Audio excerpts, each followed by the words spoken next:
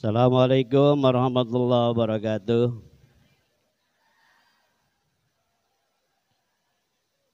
Bismillah walhamdulillah wassalatu wassalamu ala rasulillah Muhammadin abdillah wa ala alihi wa sahbihi wa wala. Amma ba'du.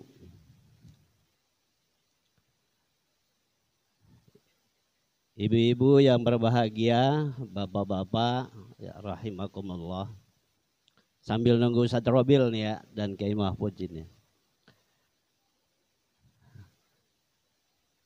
Setiap Selasa, Rebo, Selasa dan Minggu kita sudah menghadiri pengajian. Saya mau tanya sama ibu-ibu nih, gitu ya. Kira-kira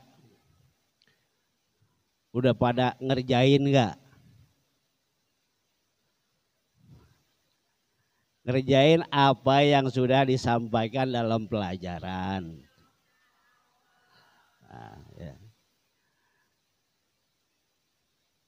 Pelajaran yang paling terbaik ibu-ibu ya pelajaran ya itu kalau sedikit ntar kita ulang lalu kita amalkan gitu. Jangan nunggu banyak gitu. Dulu berulang kali saya sampaikan ya. Jadi dasarnya begini Ibu. Dasarnya rukun Islam ada berapa? Ada 5. Yang pertama syahadat. Bagaimana syahadatnya?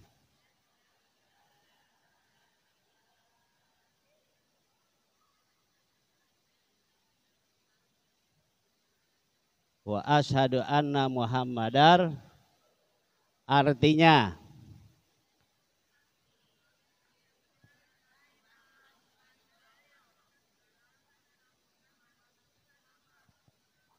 apal bener ini ya. Ya. Yuk kita main kata-kata begini ya.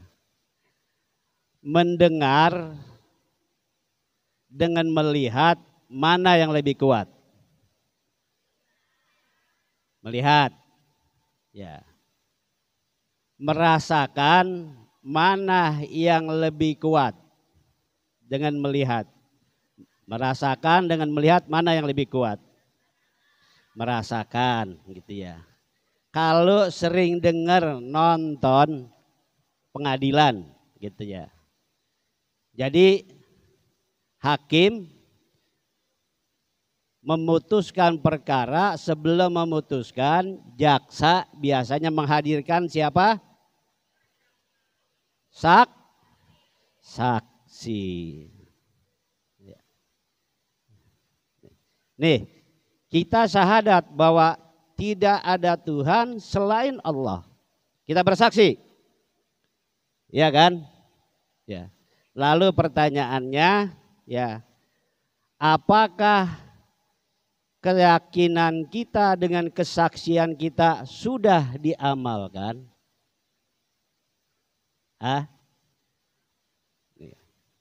Gitu. Ya. Jadi kata Allah ini haram. Ya. Kita bersaksi bahwa ini haram. Kira-kira nanti kalau ada pilihan antara yang haram dan yang halal, mana yang kita pilih? Yang halal apa yang haram nih?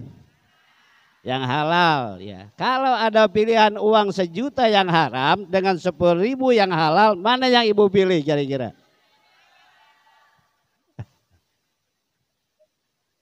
Ini ibu pemilu bu ibu ya. Ya. Gitu ya. Sama nanti perkataannya ya. Ibu cinta Allah enggak? Cinta. Kalau ketemu Allah itu mati. Kira-kira kalau hari ini mati, setelah ini ibu siap enggak?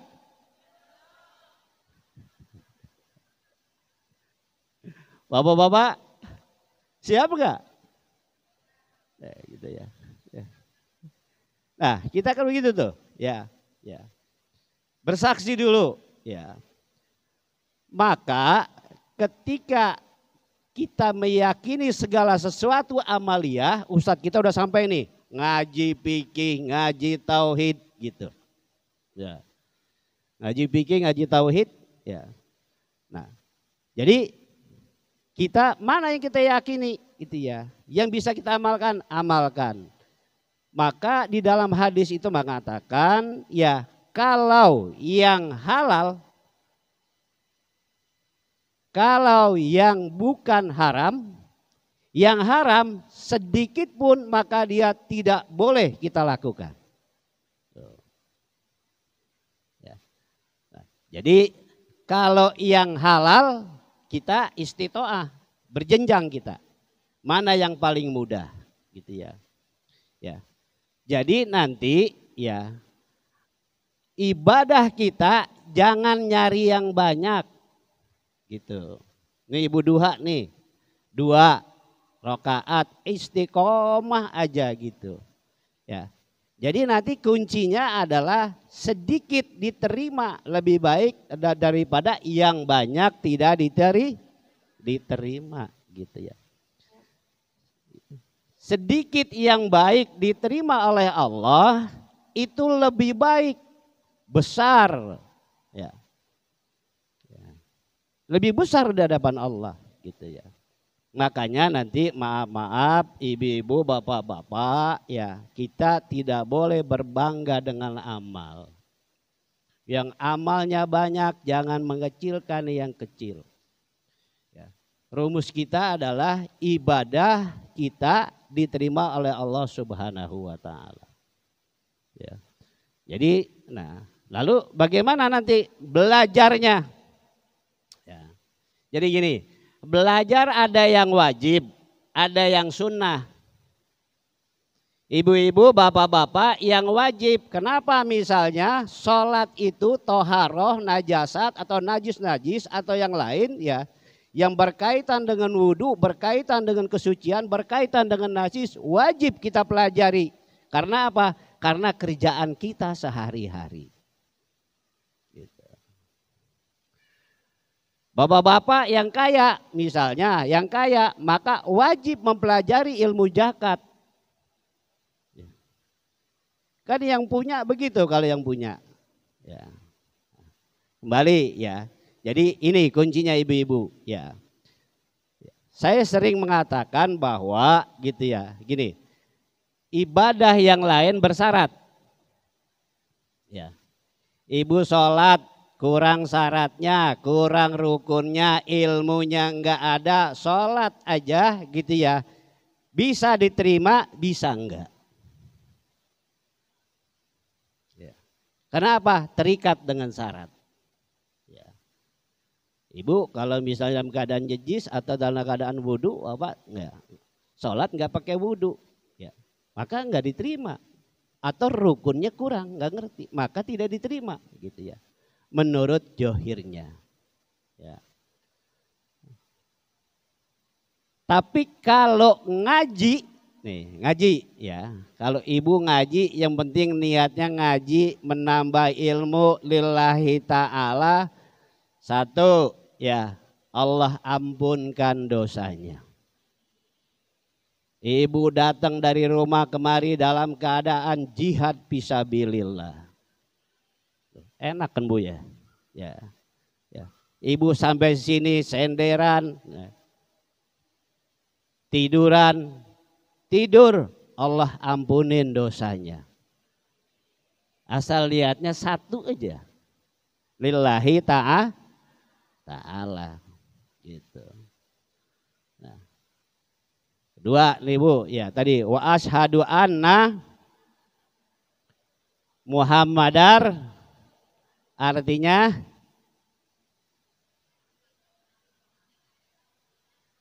aku bersaksi bahwa Nabi Muhammad itu utusan Allah. Nah, pengertian kesaksian itu adalah kita melihat dengan jelas. Kan begitu kalau di kehakiman tuh. Ya. Ya. Ibu lihat, Bapak lihat gitu. Ya. Kejadiannya bagaimana? Begini, konstruksinya bagaimana? Begini gitu ya. jam berapa, alatnya apa, jelas hakim memutuskan.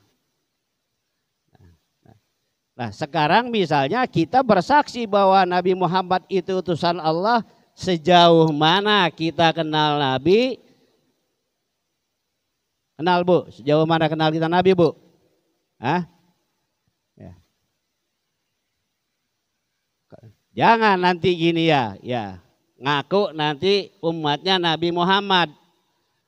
Ya, sunnahnya kagak dikerjain, perintahnya kagak dikerjain, contohnya kagak dikerjain. Nanti kalau di yaumil mahsyar jangan bingung atau jangan membingungkan Nabi Muhammad Sallallahu Alaihi Wasallam. Ini umat saya apa bukan ini ya? Ya.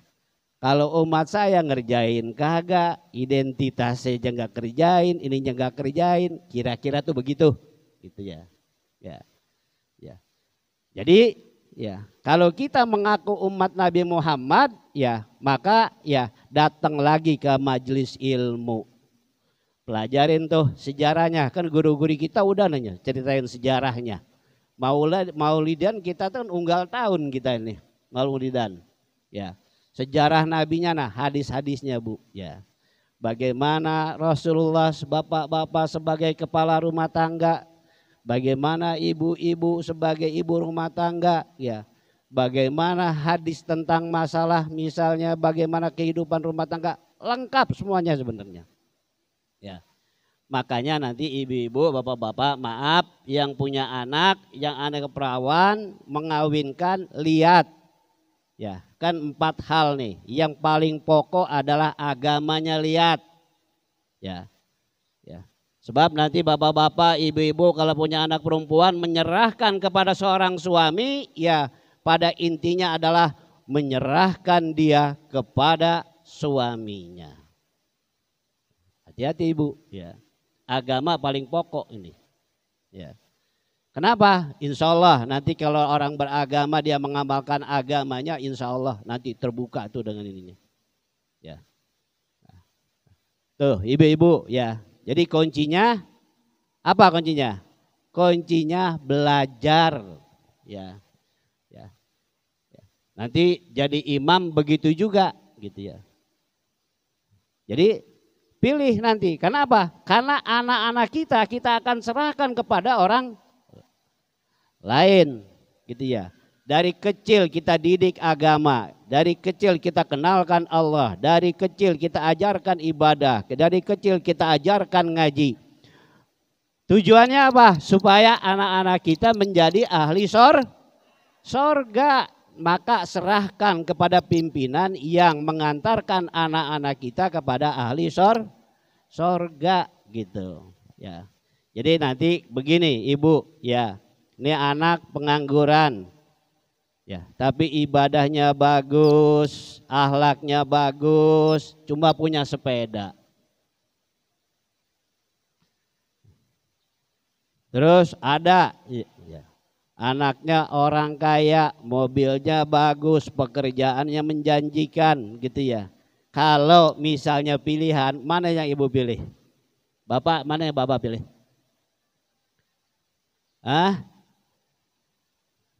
Bu, mana pilihnya nih?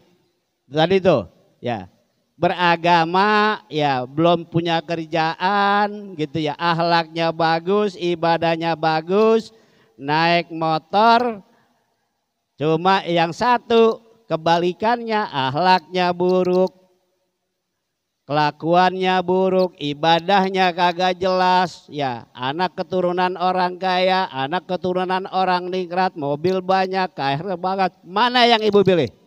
Bapak?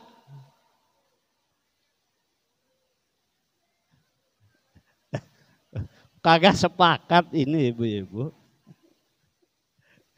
Gitu ya. Jadi rumusnya begini nanti Ibu. Ya. Kalau itu kan sudah jelas tuh. Kenapa? Karena yang ngomong adalah Rasul. Gitu. Tuh kembali lagi tuh kita bersaksi kepada Rasul. Lah Kan ibu ngaku nih, kita ngaku nih. Kita bersahadat, bersaksi bahwa Rasulullah itu adalah utusan Allah. Ya. Jadi Rasulullah tidak berbicara kecuali dengan wahyu, gitu ya. Wa ma yantiqu anil hawa in huwa illa wahyu yuha, gitu. Ya. Jadi Rasulullah itu ya salahnya hanya mencontohkan aja, gitu ya. Ya. Jadi ya seperti guru-guru kita bilang ya bahwa Rasul itulah basarun la kal basar.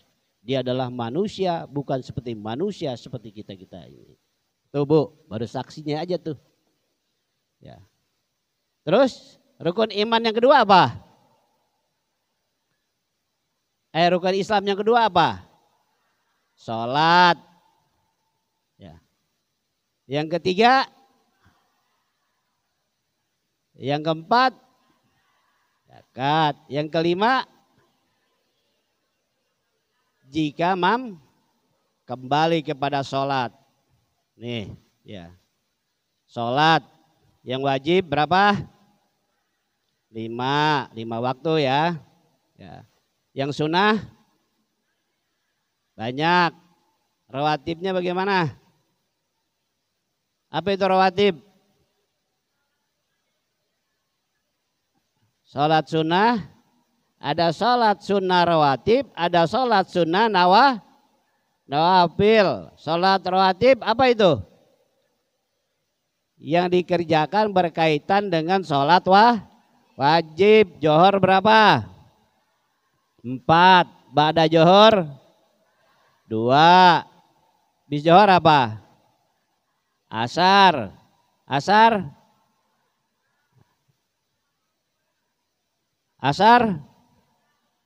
Nah. Terus maghrib,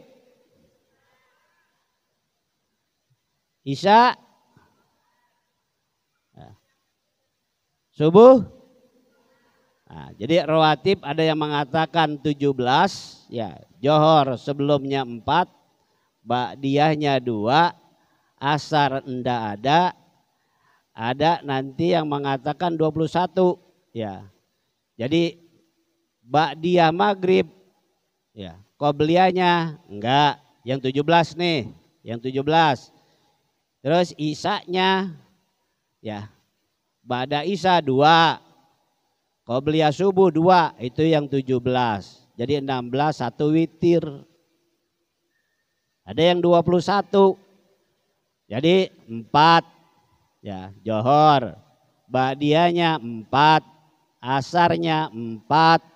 Ya. Terus maghribnya qobliyahnya 2. Maghrib ba'diyahnya 2. Isya qobliyahnya 2. Ba'diyahnya 2, subuh qobliyah 2. Berapa tuh Bu? 20 ya. Jadi yang 1 witir. Jadi witir ini ibu jangan tinggalin sholat witir. Gitu. Secapek-capeknya mau satu aja nggak apa-apa. Nah nawafilnya banyak tuh. Sunat wudhu terus gitu. Persoalannya sekarang gitu ya.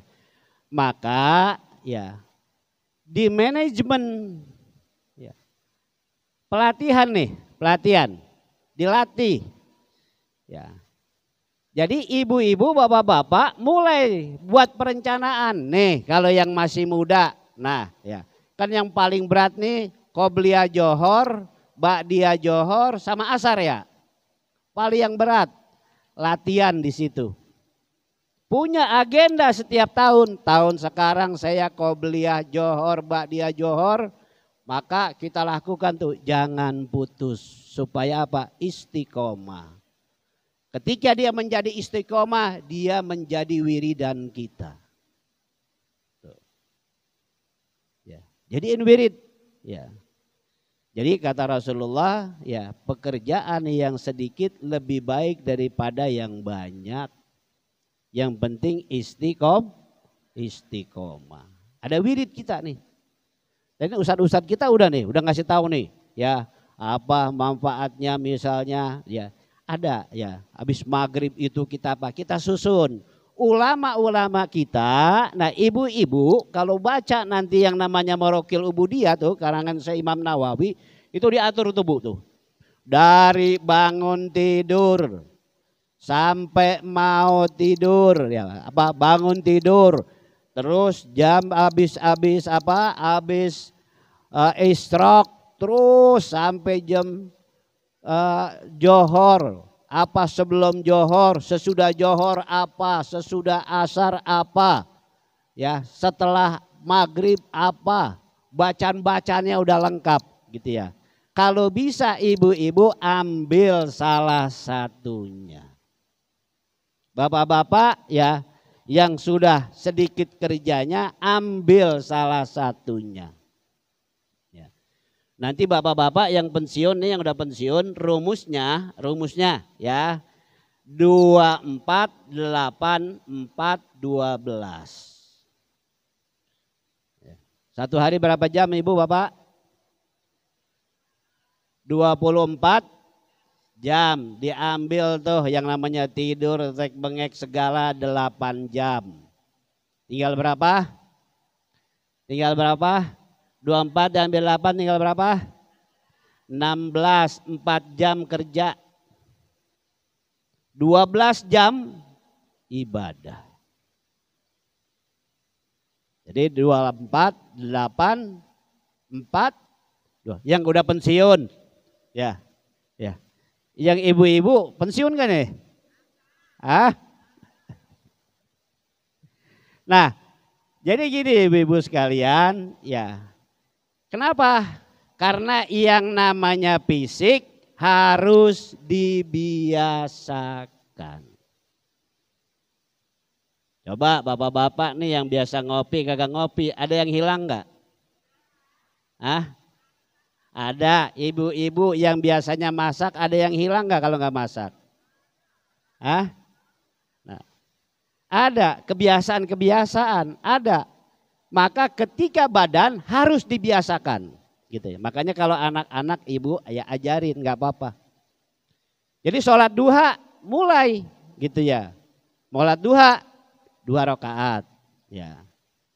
Terus yang penting kita doa aja terus. Istiqomah ya. Nanti kan ustadz-ustadz kita kan udah kasih tuh ya. Surat Al-Waqiah, surat Yasin, surat Fusilat, surat Al-Hasyr. Gitu kan, surat Al-Kahfi malam Jumat. Nah, ibu salah satunya ya nanti diatur aja gitu. Apakah nanti misalnya yang penting dibacanya nah. Apakah nanti habis johor bacanya surat ini, habis asar surat ini gitu ya. Lalu cara bacanya bagaimana? Gampang ya. Sekarang teknologi udah banyak. Ya nih, ini udah banyak nih ibu HP apa sekarang TV udah ada, semua udah ada, audio udah ada gitu ya. Jadi ngapalin surat sambil masak. Ya. Jadi yang diperlukan apa? Kecerdasan. Biasakan ibu, biasakan, gitu biasakan. Ibu yang biasanya kerja, bapak yang biasanya macul, coba nggak macul, rasanya bagaimana? Sakit, gitu ya. Bapak-bapak kan suka macul suka deh. Pak bilang apanya yang dipacul Pak, jangan ketawa. Biasain, Bu biasain gitu ya. Ya. Nah, sebab begini, ini kalau bicara manusia Bu, manusia ini apa namanya Bu? Kepala, ini namanya apa? Tangan, ada hati, semuanya badan. Ya. Kalau badan lumpuh, tangan lumpuh, kaki lumpuh, ada kepala, masih hidup gak? Masih hidup, badan sehat, ini segar, semua segar, enggak ada kepala. Mati gitu ya. Ya, jadi di sini Bu nih, kalau ibu misalnya nih bahasa kepala nih, ini adanya namanya memori, nih harus dijaga Bu nih, ya, makanya harus dijaga, ya. Makanya di dalam Islam itu orang dikatakan Islam kalau akalnya waras. Ya. Ibu nggak mau kena sholat, nggak mau kena puasa, nggak mau pergi haji, nggak mau kena ibadah, jadi orang gila, nggak kena kewajiban, ya, ya, nggak kena kewajiban. Maka di dalam Islam wajib menjaga nih anak-anak kita nih, jaga nih, ya. Apanya yang dijaga? Jangan dirusak dengan narkoba, jangan dirusak dengan minuman.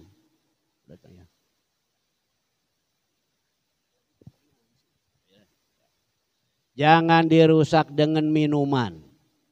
Lalu kalau di sini apa? Hati ini siram dengan ketaatan. Nih yang bikin gak gelisah tuh di sini. Ya, ya. Ibu-ibu yang sudah biasa umroh, pergi umroh tuh kelihatan gak makan Nabi dari sini? Ibu yang sudah umroh atau ibu yang pulang punya kampung kelihatan nggak rumahnya dari sini? Hah? Ya kebayang nggak? Kebayang, jalannya kebayang, lokasinya kebayang, tempatnya kebayang. Nih akal ini bisa mendunia kemana-mana aja. Kalau hati siram dengan apa? Dengan ketaatan. Ya. Lalu badan. Ya. Nih ibu kembali lagi kepada badan nih ya, gitu ya. Nih kembali ke badan. Ya. Jadi kita begini ya. Pernah enggak kita berdoa Allahumma inna nas'aluka salamata fiddin. Selamat dalam agama. Ya kan doa kita kan begitu. Ya. Terus udah sampai mana kita belajarnya? Wa afiatan fil jasadi. Ya. Beda nanti sehat dengan afiat gitu ya. Ya. Nah, kalau ini afiat sehat nih, ibu-ibu biasanya nih suka curang nih, mau makannya banyak tapi langsing. Bu, ya gitu ya, makan mau banyak tapi pengen langsing Mbak. Ya enggak? Nah jadi kita afiat. Ya. Pengetahuan tentang ilmu kesehatan perlu kita pelajari Bu, gitu.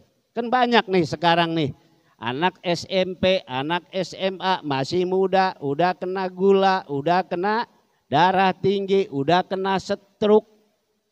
Ya enggak? Ya, ibu-ibu saya ingetin ya, maaf ini sekali bukannya saya ini ya. Hati-hati Ibu masalah makan obat diet itu ya. Jadi obat-obat diet itu hati-hati gitu ya. Ya. Karena banyak itu sekarang kasus-kasus yang merusak ginjal itu. Yang gagal ginjal banyak itu. Itu biasanya ibu biasa-biasanya yang gemuk-gemuk nih gitu ya. Hati-hati. Terus kasih juga jangan anak-anaknya tuh minum atau keranting daeng, extra jos gitu ya. Banyak kasus-kasus yang muda-muda itu tuh udah rusak ginjalnya.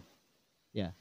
Maka ya saya berharap ibu-ibu tolong juga nanti anak-anaknya nih. Ya, saya tanya dokter, "Dok, kenapa anak usia muda udah kena darah tinggi?" Karena dari kecil sudah dikasih garam. Apa? Ciki. Ya Bu ya. Hati-hati. Ya. Ya. Jadi sekarang kembali aja kepada alam. Ya. Ibu lebih baik sediakan aja di rumah. Ya.